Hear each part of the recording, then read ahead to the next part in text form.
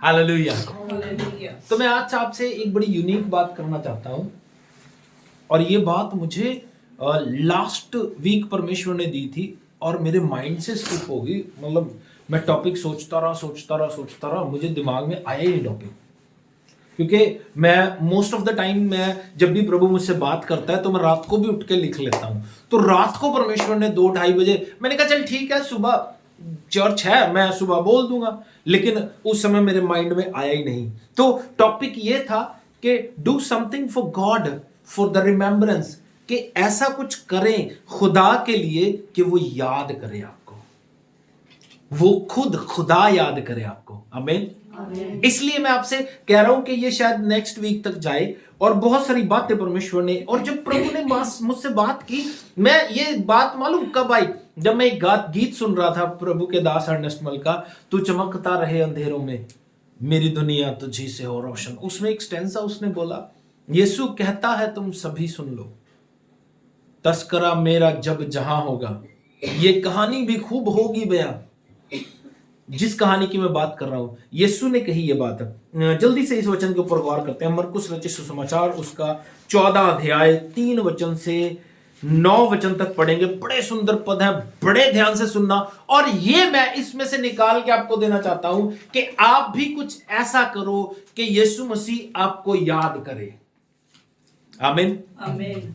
क्यों हम लोग फेथफुल नहीं है, क्यों हम लोग प्रभु के साथ वफादार नहीं है? मालूम, ज्यादातर लोग, ध्यान दीजिए मेरी तरफ, दोबारा बोलूंगा, ज्यादातर लोग मसीह में ऐसे होते हैं जो प्रभु के डर में नहीं चल रहे हैं। ज्यादातर लोग ऐसे हैं जो नियम के अनुसार नहीं चल रहे हैं। अभी गीत क्या कह रहे थे? इट इज अ प्रेयर कि मैं धन्यवाद के साथ मानकर तेरी बात, हम क्लेम तो कर रहे हैं। इसीलिए मैंने आपको मालूम है एक दिन ऐसे कहा था चर्च में कि आप लोग चर्च में बैठ के बोलिए कि प्रभु को हाजिर नाजिर जान के मैं कहता हूं कि प्रभु, मैं इस प्रचार को जो यूट्यूब पे डाला जाता है एक बार जरूर देखूंगा। मालूम, वो डर आपके अंदर नहीं है। एक बार भी, कितने लोग हैं जो देखते हैं? एक भी नहीं। कहां हमने कहा था? प्रभु की हुजूरी।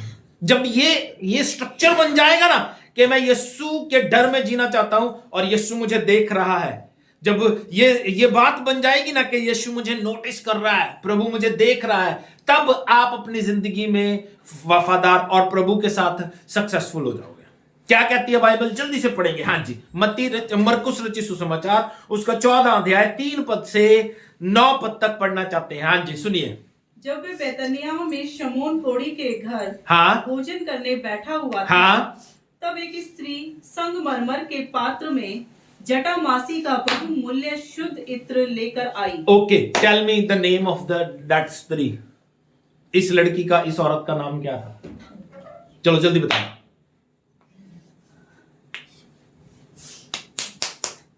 हाँ जी, familiar women, Mariam. Okay, Mariam. Okay, तो ये क्या हुआ? शमौन के घर में जब यीशु खाना खाने के लिए बैठे हैं और वहां पे एक स्त्री संगमरमर के पात्र में इत्र लेके आई और उसे यीशु मसीह के सिर पे उंडेल दिया। और क्या हुआ? हाँ जी, और पात्र तोड़कर इत्र को उसके सिर पर उंडेला। परंतु कोई अपने मन में रिसियाकर कहने लगे। अब ये कोई बताओ कौन है? कोई कौन है रिसियाकर क्या कहने लगे? इस इत्र को क्यों सत्यानाश किया गया? इस इत्र को सत्यानाश क्यों किया गया? हाँ जी, क्योंकि यह इत्र तो 300 दिनार से अधिक मूल्य में बेचा जाकर। कितने मूल्य में? 300 से अधिक। 300 से अधिक दिनार। अब एक बात समझना, मतलब जब हम किसी से प्यार करते हैं या किसी की रिस्पेक्ट करते हैं या किसी की इज्जत करते हैं, तो उसके लिए आपकी नजर में क्या पैसे बहुमूल्य होते हैं? नहीं होते होंगे। या कोई चीज बहुमूल्य होती है? अब ये काम देखना, ये काम किसके लिए हो रहा है? जिंदा परमेश्वर के लिए, जिसने सारी सृष्टि की रचना की। एक तरफ वो कहते हैं कि वो हमारा गुरु है, लेकिन फिर भी बाइबल कहते हैं रिसिया के बोल रहे हैं। क्या बोल रहे हैं? रिसिया के मतलब चिढ़ के बोल रहे हैं कि ये इत्र क्यों खराब किया गया। यानी उनके लिए इत्र ज्यादा बहुमूल्य है, यीशु ज्यादा बहुमूल्य नहीं है। आज भी ऐसे लोग हैं, आज भी ऐसे लोग हैं, आज भी ऐसे लोग हैं जिनके लिए यीशु बहुमूल्य नहीं है। उनके लिए अपने रिश्तेदार बहुमूल्य हैं, उनके लिए लोग खुश करने बहुमूल्य हैं, उनके लिए अपनी जिंदगी में पैसा बहुमूल्य है, उनके लिए लोगों की जिंदगी बहुमूल्य है, सिवाय यीशु के सब कुछ बहुमूल्य है। ऐसा आज भी ऐसे लोग हैं, लेकिन स्टिल दे थिंक, वो लोग सोचते हैं कि मैं प्रभु के डर में जी रहा हूं। ये भी ऐसे ही थे, चेले थे ये कहने वाले। मालूम एक जगह नाम भी लिखा है, अगर आप लूका का रचित सुसमाचार पढ़ोगे तो वहां पे नाम लिखा है यहूदा इस्करियोती। कह रहा था, क्यों कह रहा था ये भी लिखा है, क्योंकि थैली उसके पास रहती थी और उसमें से पैसे निकाल लेता था वो, ऐसा लिखा है। अपने ही लोग यीशु मसीह को प्यार नहीं करते, जो ये क्लेम करते हैं यीशु मैं तुझसे बड़ा प्यार करता हूं, वो ही लोग उसके साथ वफादार नहीं रहते।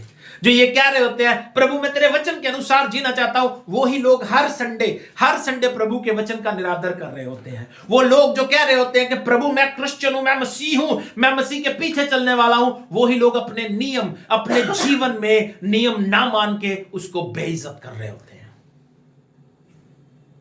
उनके लिए पैसा बहुमूल्य है, उनके लिए अपनी जिंदगी की पॉलिटिक्स बहुमूल्य है, उनके लिए बहुमूल्य है रिश्तेदारी, उनके लिए बहुमूल्य है अपना फायदा, जिससे अपना फायदा हो उसके लिए चाहे यीशु को भी सूली पे चढ़ा दे। यहूदा इस्करियोती ने 30 चांदी के सिक्कों में यीशु मसीह को बेच दिया। आज भी ऐसे लोग हैं जो सिर्फ अपने फायदे के लिए, बहुत सारे लोग, ज्यादातर लोग यीशु के पास अपने फायदे के लिए आते हैं। जब उनका फायदा खत्म, यीशु के साथ रिश्ता खत्म। रिसिया के कहने लगे ये तो 300 दिनार, मालूम है आपको 300 दिनार की वैल्यू कितनी थी?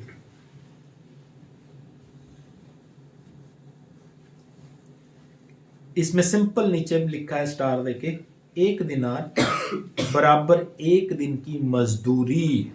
पूरे महीने की तनख्वाह। 300 दिनार नॉट पूरे महीने की तनख्वाह, 1 दिन की, 1 दिन की 1 दिनार। कितने दिनार है ये? 300 दिनार। कितने दिनार है? 300। कितने दिनार? 300। तो वो 1 महीने की कैसे होगी? हाँ जी, 2 भी नहीं होगी। साल में कितने दिन होते हैं? 300। तो ये 300 दिन की दिहाड़ी है। अंडरस्टैंड? बात समझ आ रही है?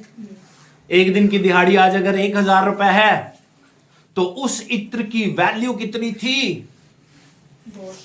उस इत्र की वैल्यू कितनी थी? लिखा है 300 दिनार से ज्यादा। कितना? 300 दिनार से ज्यादा। अगर 1000 रुपए दिहाड़ी है बंदे की, महीने का 30,000, महीने का 30,000, और 12 महीने का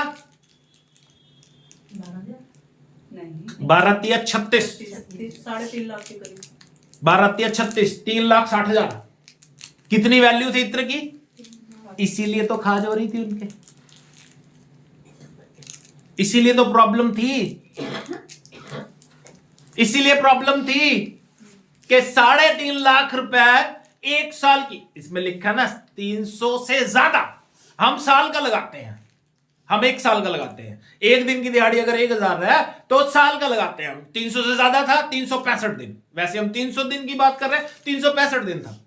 3,60,000 रुपए का परफ्यूम उस औरत ने यीशु पे उंडेल दिया। लेकिन जो प्यार करेगा ना यीशु से, उसकी नजर में 3,60,000 की वैल्यू नहीं है।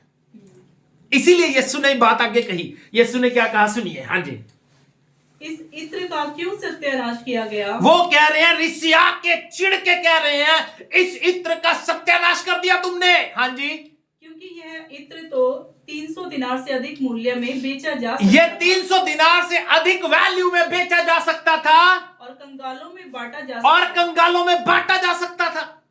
हाँ जी, और वे उसको झिड़कने लगे और उस स्त्री को डांट रहे हैं। ऑब्वियस, जिसने 3,60,000 रुपए खराब कर दिया उसको डांटेंगे लोग।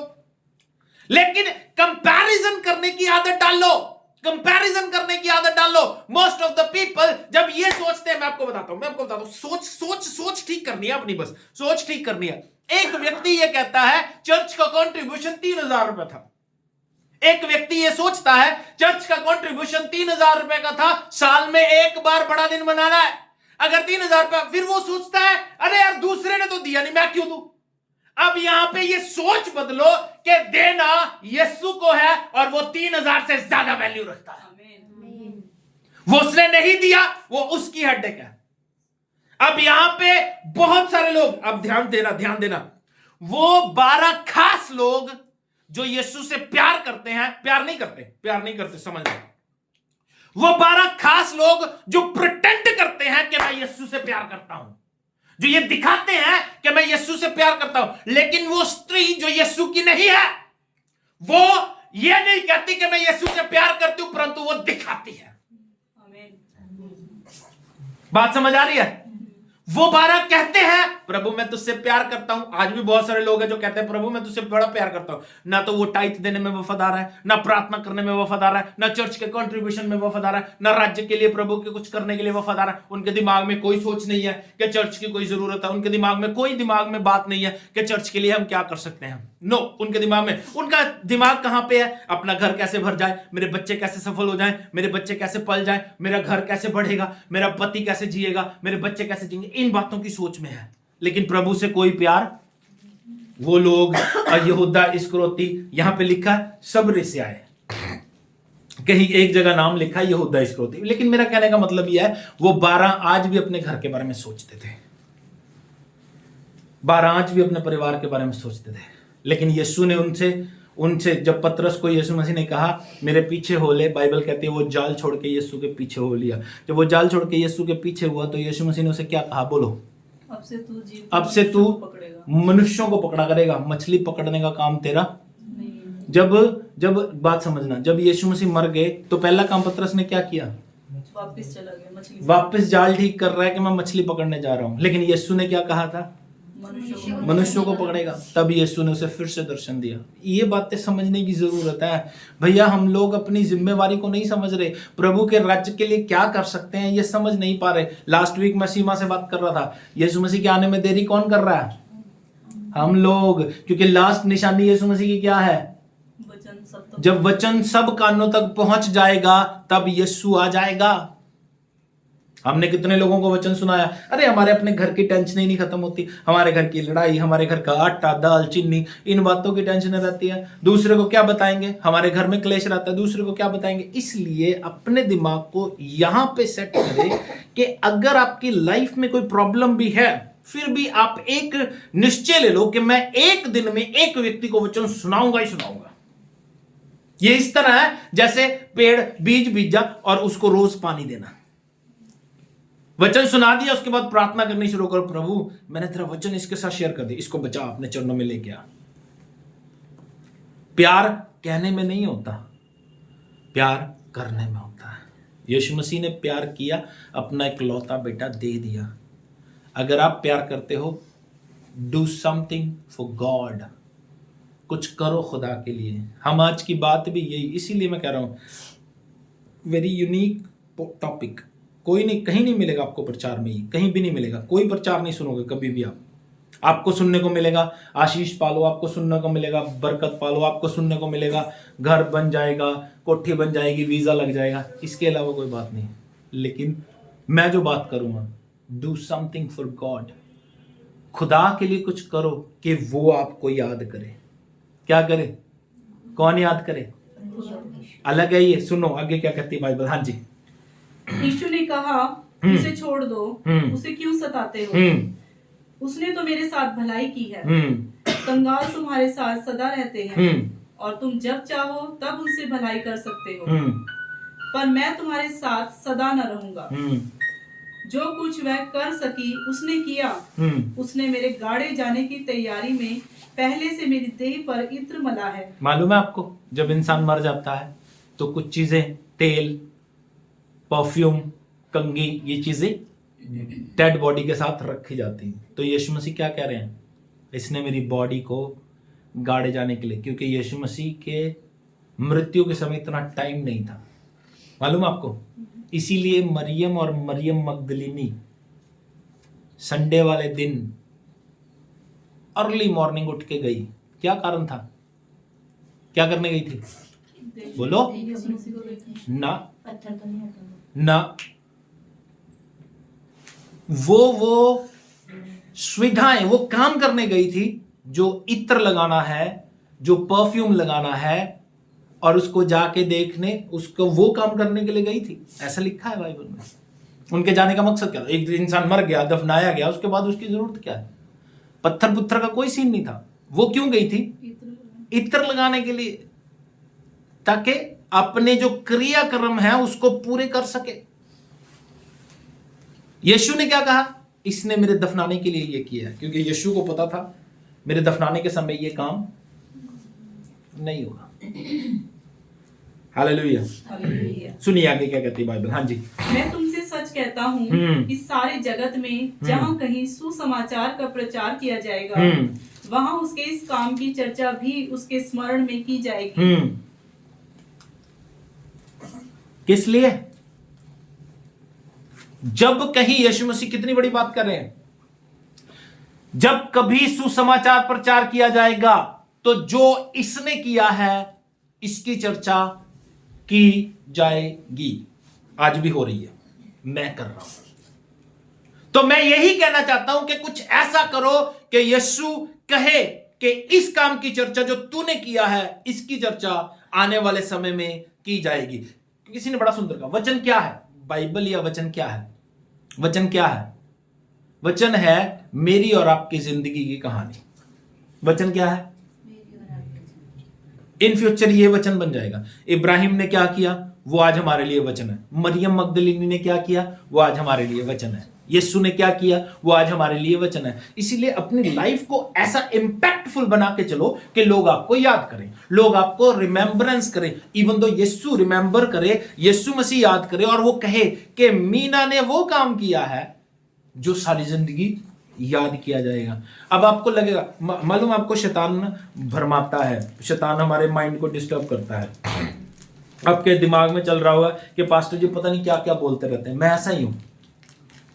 मैं अगर कह रहा हूं यीशु के दफनाने के बाद वो क्या करने गई थी, सुगंध द्रव इत्र लगाने के लिए, ऐसा लिखा है बाइबल में। मरकुस 16 अध्याय पहला वचन पढ़ो।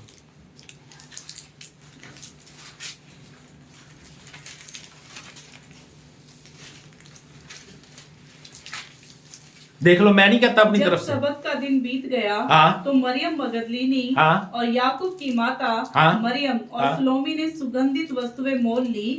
सुगंधित वस्तुएं मोल ली कि आकर उस पर मले। किस पर? यीशु पर। बात समझ आ रही है? लेकिन यीशु ने पहले ही कह दिया कि ये मेरे दफनाने के लिए इसने किया है।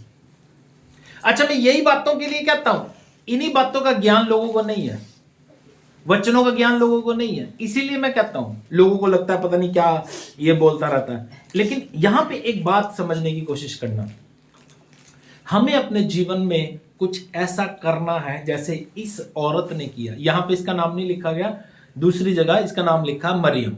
मरियम थी, ये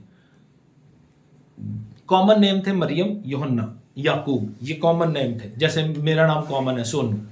मोस्ट ऑफ द पीपल, ज्यादातर लोग सोनू नाम, मेरी मासी बैठी है, इसके छोरे का नाम भी सोनू है, हमारे सामने दीदी थी उसका नाम भी सोनू है।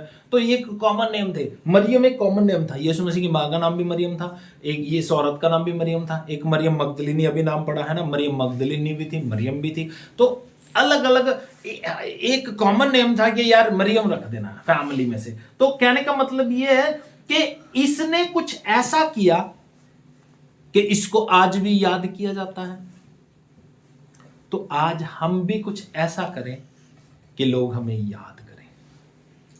मालूम पिछले दिनों आपको मालूम है, परसों चौथे हमारे जो पहले प्रधानमंत्री थे, पिछले लास्ट प्रधानमंत्री थे, उनकी डेथ हो गई।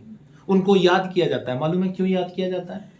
देश की अर्थव्यवस्था के लिए। अर्थव्यवस्था के लिए। क्यों? क्योंकि वो फाइनेंस मिनिस्टर थे, लोग उनको याद करते हैं। एक अच्छे प्रधानमंत्री थे। हमारे जो देश की जीडीपी थी वो नीचे से ऊपर तक ले जाने वाले मनमोहन सिंह जी थे।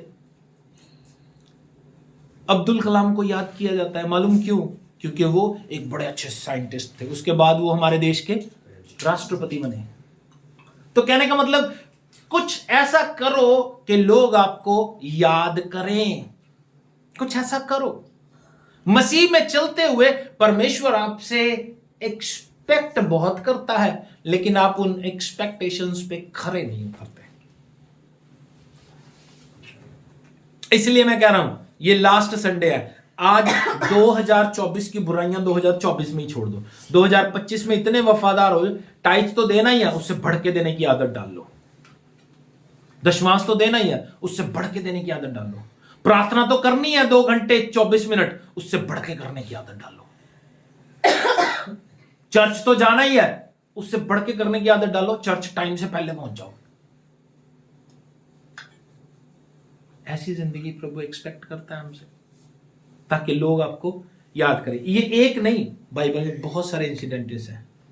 मालूम आपको, इब्राहिम को खुदा ने कहा अपना घर, माता पिता, परिवार, जमीन छोड़ के उस देश में चला जा जो मैं तुझे दिखाऊंगा। वो गया कि नहीं गया? उसके लिए मुश्किल था कि आसान था? आपको अगर कह दिया जाए अपना घर छोड़ के चले जाओ, आपके लिए हार्ड होगा कि आसान होगा? हार्ड होगा ना। लेकिन इब्राहिम ने कोई सवाल नहीं किया। लेकिन एक बात याद रखना, जब उसने ये काम किया तो बाइबल ये बताती है आज वो इब्राहिम का खुदा कहलाता है। किसका? अमेजिंग नहीं है ये? अमेजिंग नहीं है ये? सोनू का खुदा तो नहीं कहा जाता, सीमा का खुदा तो नहीं कहा जाता, नेहा का खुदा तो नहीं कहा जाता। किसका खुदा? क्योंकि उसने वो किया जो उसके लिए हार्ड था। आज आपको भी वही करना पड़ेगा जो आपके लिए हार्ड होगा, जो आपके लिए मुश्किल होगा। तब आपका नाम भी एक जीवन की पुस्तक में लिख दिया जाएगा। तब वो कहेगा हाँ, मैं सोनू का खुदा हूं। बहुत सारे लोग हैं बाइबल में जिनके लिए जो अच्छा जिए, लेकिन उनके लिए यह नहीं लिखा गया कि वो उसका खुदा है।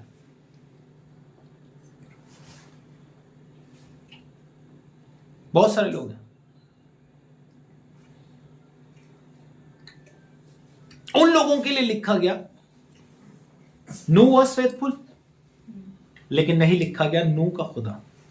लिखा नहीं, इब्राहिम का खुदा लिखा है, इजहाक का खुदा लिखा है, याकूब का खुदा लिखा है। दे डिड समथिंग, इन्होंने कुछ किया, तब कहीं जाके इनका नाम खुदा के साथ जुड़ा है। या खुदा ऐसे कह पाता है कि मैं इनका खुदा हूं, क्योंकि इन्होंने कुछ किया। तो आज हमें भी कुछ करना पड़ेगा कि हमारा नाम मेंशन किया जाए, एक जगह लिख दिया जाए कि ये लिखा इसका नाम और मैं इसका खुदा।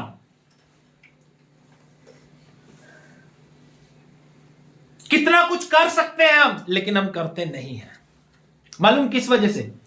एक जेलस, एक घृणा, एक चिड़चिड़ापन। जैसे मैंने पहले बताया 3000 है, विश्वासी सोचेगा मैं क्यों दूं अकेला, दूसरा क्यों नहीं देना। Don't think about that. आप ये सोचो कि मैंने देना खुदा को है। फॉर एग्जाम्पल दशमांश है, तो दशमांश आपने मुझे नहीं देना। देखो मैं आपको फिर बताता हूं, आप लोग कितने हो। कुछ लोग वफादार होंगे, कुछ लोग वफादार होंगे जो अपना प्रॉपर दशमांश दे रहे हैं। कुछ लोग, मैं नाम नहीं लेना चाहता क्योंकि फिर दूसरे नाम रिवील हो जाते हैं। कुछ लोग वफादार होंगे जो आज अपनी वफादारी से अपना दशमांश दे रहे हैं। लेकिन जो नहीं दे रहे, तो आपको क्या लगता है मेरे घर में आटा नहीं आता, राशन नहीं आता? सब कुछ खुदा अरेंज करता है। तो ये बात समझ लो कि आप मुझे नहीं दे रहे, देना अपने खुदा को है। उस बात को अपने माइंड में बिठाओ। तो जब आप एक एक चीज में, इसीलिए प्रभु ने कहा जब तू थोड़े में वफादार है तो मैं तुझे बहुत चीजों का अधिकारी बनाऊंगा। थोड़े में वफादार होने की आदत डालो। प्रभु ने इसको क्या कहा? इसने देखो कितनी बड़ी सोच है इसकी। इत्र ले आई, संगमरमर का पात्र, और उसमें इत्र इतना कीमती, 300 दिनार से ऊपर उसकी वैल्यू है। और नीचे स्टार देके लिखा है हिंदी की बाइबल में, एक दिन की दिहाड़ी। अगर एक बंदे की दिहाड़ी एक दिन की 1000 रुपए है तो 3,60,000 66,000 के करीब उसकी कीमत थी, जो उसने तोड़ दिया, यीशु के सिर पे उंडेल दिया। यहां पे ऐसे लिखा है। इसको दूसरी जगह पढ़ोगे तो यीशु मसीह और क्लियर करते हैं, वैल्यू बहुत है। तो अब आप अपनी जिंदगी की वैल्यू को समझो। देखो, यीशु ने आपको जीवन दिया। मैं अपनी जिंदगी की बात बताता हूं। अगर यीशु मेरे जीवन में ना आते, अगर यीशु मेरे जीवन में नहीं आते, तो मैं शायद बहुत पहले मर जाता, मेरी फोटो पे हार चढ़ा होता, या मैं जेल में बैठा होता। लेकिन प्रभु ने आज मुझे बचाया, प्रोटेक्ट किया। इसका मतलब मैं और आप अपनी जिंदगी जी चुके हो। अब ये जो जिंदगी है ये यीशु ने दी है, इसको यीशु के लिए इस्तेमाल करो। मैं आपको क्लियर बताता हूं, क्लियर। प्रभु के साथ चलने के नियम है, और नियम आपकी बाइबल है। तो मैं बाइबल से बाहर कोई बात नहीं करता, आप भी बाइबल से बाहर जीने की कोशिश मत करो, क्योंकि बाइबल एक ऐसी किताब है जो आपके जीवन को संवारेगी। इसलिए बाइबल बताती है, एक आखिरी वचन पढ़ के समाप्त कर दूंगा, और नेक्स्ट वीक इसको कंटिन्यू करेंगे। बहुत सारे और एग्जांपल्स आपको बताऊंगा मैं। जैसे इसके बारे में देखते हैं ना, तो यीशु मसीह ने बड़ा क्लियर कहा। अब एक बात को समझना, इसकी रिमेम्बरेंस सुसमाचार से इसका कोई सरोकार नहीं है, सुसमाचार से इसका कोई सरोकार नहीं। लेकिन यीशु ने कहा कि जहां सुसमाचार प्रचार होगा वहां इसको याद किया जाएगा। तो प्रभु के साथ चलते हुए प्रभु के लोग जब कुछ करते हैं तब उनको याद किया जाता है, तब उनको याद किया जाता है। तो आज जब अपनी जिंदगी में आप जाते हो, और जब हम अगले साल मिलेंगे, तो आप अपनी जिंदगी में कुछ ऐसा निश्चय लेके जाओ कि प्रभु मैं भी कुछ ऐसा करना चाहता हूं जिससे कि मैं आपकी नजर में याद किया जाऊं। इब्राहिम का खुदा, इजहाक का खुदा, याकूब का खुदा, फिर मैं कह सकूं प्रभु संजीव का खुदा, फिर कहा जाए मीना का खुदा, फिर कहा जाए माइन का खुदा। Do something for God. God के लिए कुछ करने की आदत डालो। लोगों को खुश करने की जरूरत नहीं है, क्योंकि लोग कभी भी खुश नहीं हो सकते। लोग कभी खुश नहीं हो सकते। अगर इनके साथ आप, अगर आज आपके साथ ये खुश है, तो कल को फिर मुंह बना के बैठे होंगे। इनको आप कभी खुश नहीं कर सकते। आप इनके लिए कुछ भी कर लो, ये कभी खुश नहीं हो सकते, क्योंकि लोग नियम के अनुसार चल ही नहीं रहे। इंसान कौन खुश हो सकता है? जो प्रभु के नियम के अनुसार जिएगा। अच्छा, जो प्रभु के नियम के अनुसार जिएगा उसको कोई टेंशन नहीं है, उसको कोई टेंशन नहीं है बड़े दिन की, उसको कोई टेंशन नहीं है। मालूम, बड़े दिन की कोई टेंशन नहीं है, किसी को संडे की कोई टेंशन नहीं है। उसको पता है प्रभु की हजूरी में जाना है, आत्मा के लिए जीना है, प्रभु का वचन सुन के आ जाना है। उसको खाने की कोई टेंशन नहीं है, उसको पीने की कोई टेंशन नहीं है। टेंशन किस चीज की रहेगी? आत्मा की, कि मैं मर ना जाऊं, मैं नाश ना हो जाऊं, मेरी जिंदगी खत्म ना हो जाए। लेकिन लोग ज्यादातर ये नहीं सोच रहे हैं। उनको जिंदगी में आशीष चाहिए, गाड़ी चाहिए, बंगला चाहिए, कोठी चाहिए। मसीह के साथ कोई सरोकार नहीं है। उनको रिमेम्बरेंस नहीं चाहिए, उनको अपना नाम ऊंचा नहीं करना कि प्रभु के जीवन की पुस्तक में मेरा नाम लिखा जाए। बस इन बातों पे गौर कर रहे हैं कि जिंदगी में मैं क्या हासिल कर सकता हूं, जीवन में क्या हासिल कर सकता हूं। प्रभु के राज्य के लिए कुछ नहीं करना, प्रभु की महिमा के लिए कुछ नहीं करना। डर में जियो, उसके खौफ में जियो। प्रभु आपको आशीष दे। नेक्स्ट वीक इसको कंटिन्यू करेंगे, इसलिए बस इसके ऊपर गौर करें। बस इसको नेक्स्ट वीक कंटिन्यू करेंगे। इसको अपनी जिंदगी में लेके जाना।